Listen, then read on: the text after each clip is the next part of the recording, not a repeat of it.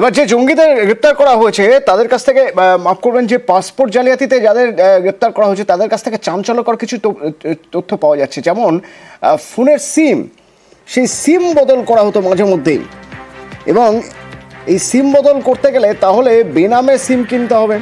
অর্থাৎ এই যে ধীরেন ঘোষ মাঝে মধ্যেই সিম বদল করে যাচ্ছিল, তাই তাকে প্রথমেই খুঁজে পাওয়া মুশকিল হয়ে গিয়েছিল। অমিত রয়েছেন আমার সঙ্গে, আরো বলতে পারবেন অমিত।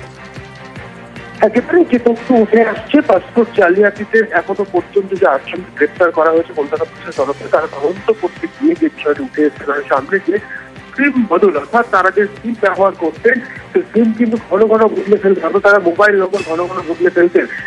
যে তথ্য উঠে এসছে তদন্ত পুলিশের হাতে, যে এক একটি সিম বা এক একটি নাম্বার, মোবাইল নাম্বার তারা 1 মাসের বেশি তারা ব্যবহার করতেন না।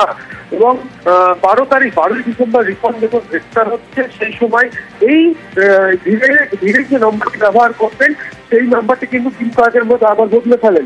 এবং ধীরেন নয়, বড় ক্ষেত্রেও কিন্তু একইভাবে সিম বদলে ফেলা বা বেআইনি ভাবে এই সমস্ত সিম ব্যবহার করা, অর্থাৎ বেনামে সমস্ত সিম তারা ব্যবহার করতে সিমের ব্যবস্থা।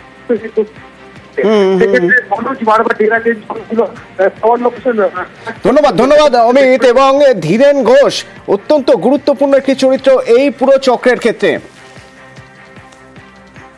ধীরেন ঘোষ 10 বছর ইতালিতে ছিলেন, তদন্তকারীরা মনে করছেন, এবং এই 10 বছর ইতালিতে থাকাকালীনই তিনি যা যা করে এসেছেন, পরবর্তীতে যখন এই জাল পাসপোর্টের মাধ্যমে বিদেশে পাঠানোর কাজ হচ্ছিল সেখানে সেগুলো তার কাজে লেগেছে, এবং ইউরোপের নানা দেশে ধীরেনই পাঠাতো।